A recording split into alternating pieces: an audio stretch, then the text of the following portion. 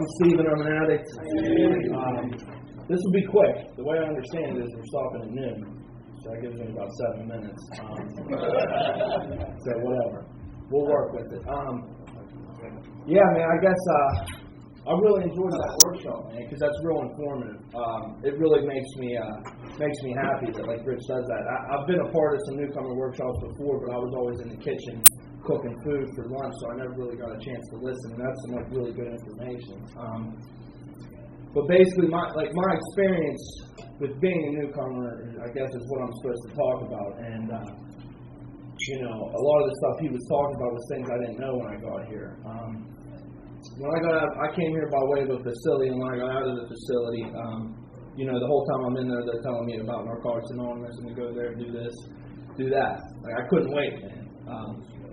So I went to NA, my first meeting, I got out on like a Monday or something. No, I got out on Tuesday. I went to a meeting that exact day. I went to a nooner. It was in Greensburg.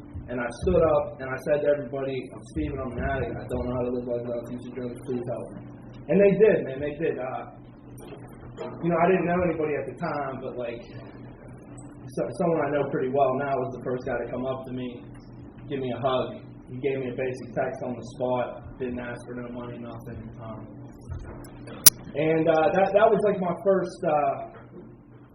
first introduction to NA. It was pretty good, man. But I got to say, until I got to my now home group, from Tuesday to Saturday, I went to all these meetings, and I ain't trying to like tear down an area or anything, but like I'll be honest, I did not feel a part of it, man. I'd show up, no one's asking me who I am, where I'm from.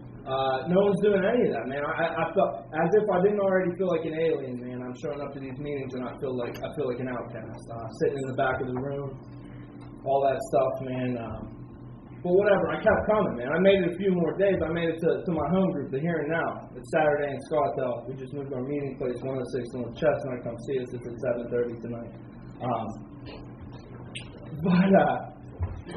I got there, and finally people started asking questions, man. They asked me, like, who I was, where I was from, things like that. They helped, like, give me some information because up until that point in my life, like, all my information came from misinformed people. I was kind of chuckling when he was giving the workshop because, my assumption is there's a lot of people here with time, and he's talking about what an open and closed meeting is, right?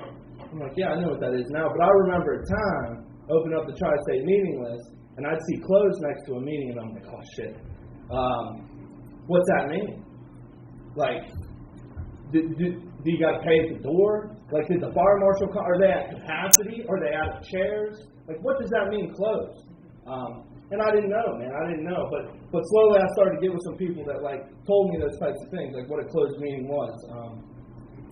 I don't have too much time, and I really don't want to spend this time, like, up on the soapbox either, man. But, Richard talked about his home group. I was thinking about mine, man, and, like, how, when newcomers come in, like, it's my responsibility today to make them feel a part of.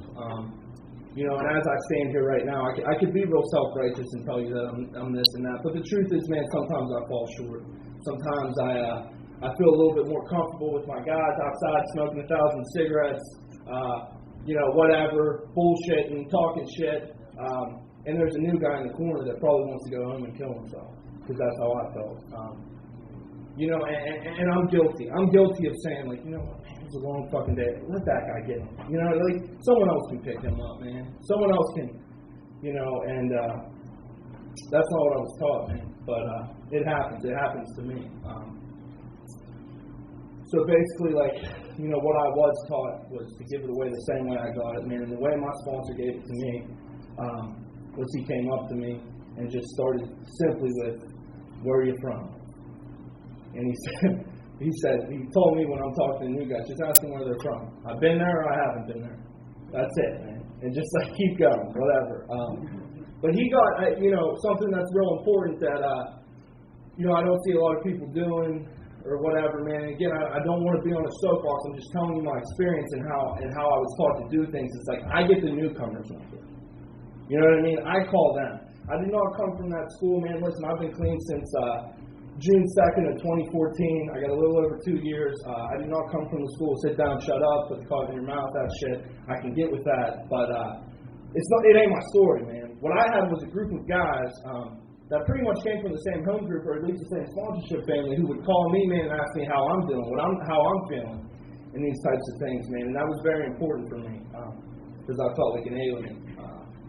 But yeah, I think I'm pretty much out of time, man. Listen, if you're here and you're new, keep coming back. If you feel like an alien, it's probably how you're supposed to feel.